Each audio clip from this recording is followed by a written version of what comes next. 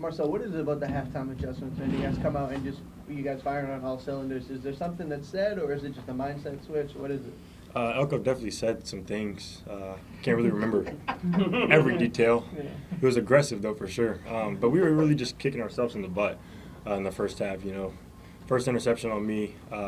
They go into a different coverage we haven't seen them go into in the red zone, but play we practice, and I got to get my eyes back to the dig backside. Didn't do that, so I threw an interception there. And then, we had another one, and it was just a good play by Mansour Delane jumping up and tipping the ball up. Harold Perkins catching it. But yeah.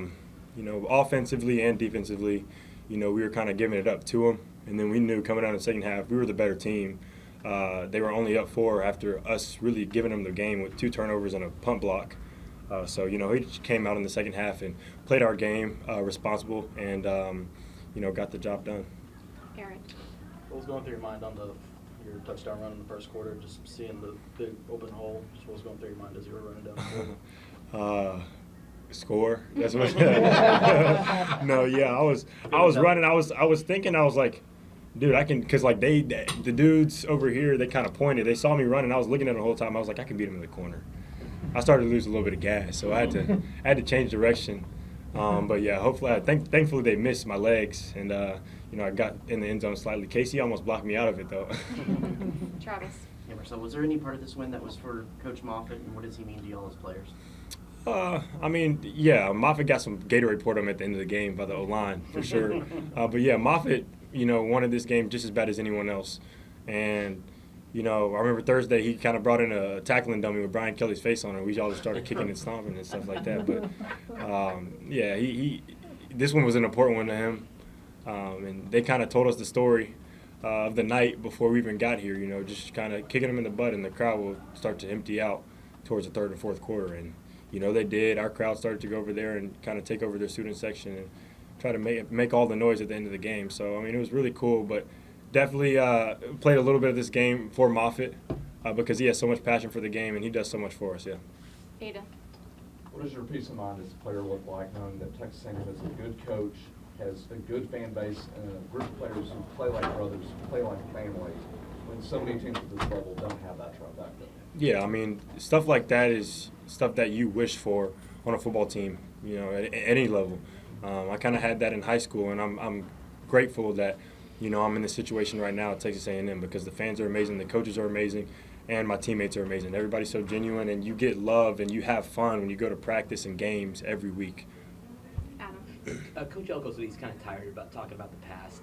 But you guys are doing historic things, including tonight. How do you look at that as a player, what you guys have accomplished, but also where you want to go as a team this year? Yeah, obviously we're going to celebrate, all the things that we have accomplished from, historic things. Us not, being 8-0 since I don't know when, but, we're happy about it for sure. But, there's definitely still a lot of things to be proven. And I feel like a lot of people in this country still don't respect us as a team. So, no, we're not trying to prove anybody wrong. We're just going to go prove ourselves right and, week in and week out play our game of football, championship execution every week. This gentleman in the back. Can you just talk about the KC Concepcion, his punt return, and kind of what that did for your offense in terms of momentum? Yeah, dude, it's amazing when you get a touchdown, you don't have to go on the field.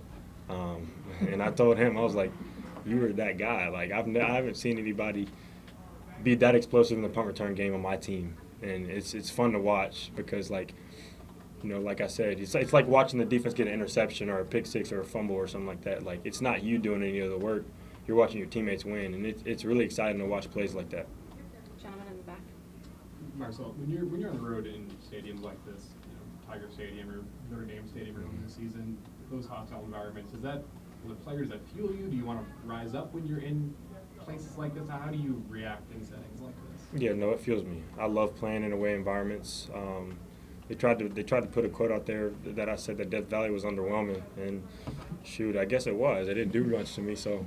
But I love playing in environments like this, and I think my teammates do too. Being able to go out there and get a W and kind of shut the opponent's crowd up is something that I look forward to doing whenever we play away games. Carter. What was kind of the moment in this game where you thought that this could be a blowout? Was there ever like a play or a sequence where you thought this game really turned? When we drove down the first 2 drives of the game, I knew that they couldn't compete with us. Like I said, we just killed ourselves at that point. We kept them in the game, and all we had to do was make that switch, and we did in the second half. But yeah, me running down the field for 40-something yards at whatever weight I am and whatever speed I am, I don't know. Those guys should be faster than me, but they're not. But I knew I had the confidence that my team can go out there and get this win, and I knew the defense was going to make stops because they were doing it in the first few drives as well. Tyler Allen in the back.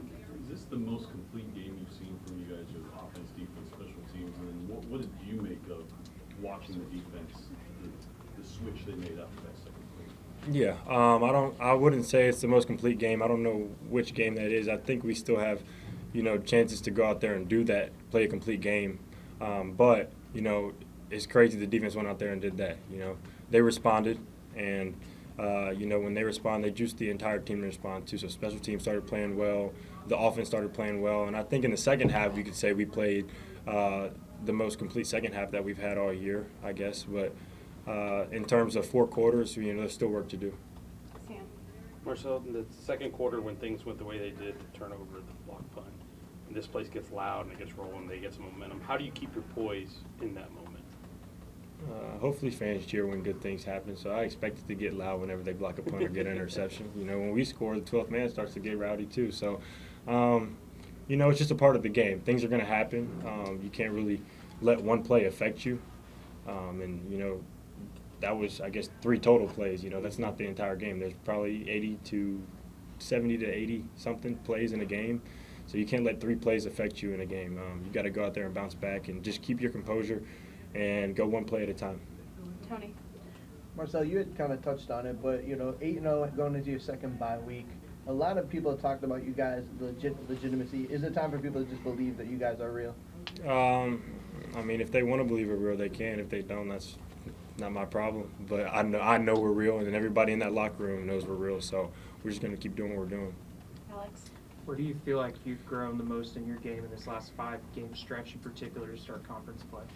I think just, taking what the defense has given me and being able to use my legs a little bit more whenever things clear up, or, even breaking the pocket and still looking downfield to see an option. If not, then taking off and running, making the defense pick and choose what they have to do. We'll close out. Everybody in this league has a loss except you guys, which everybody's beating up on everybody every week, it seems like. What do you think that says about where you guys are as a program to win 5 in a row and be the only one in the league that's just completely cannibalized itself so far? Yeah, we know how tough this league is, and you're going to have to scratch and claw to get W's in this conference for sure. Every team you play in this conference has good players and great coaches. So I think it's just our level of competitiveness and intentionality of playing championship execution football each and every week. And Elko preaches it. We practice every single thing possibly known, like in football. We could probably go through a rule book and it'll say that we did that in practice. And I think we're really prepared when we come into games because of our coaching staff and how bought in our teammates are.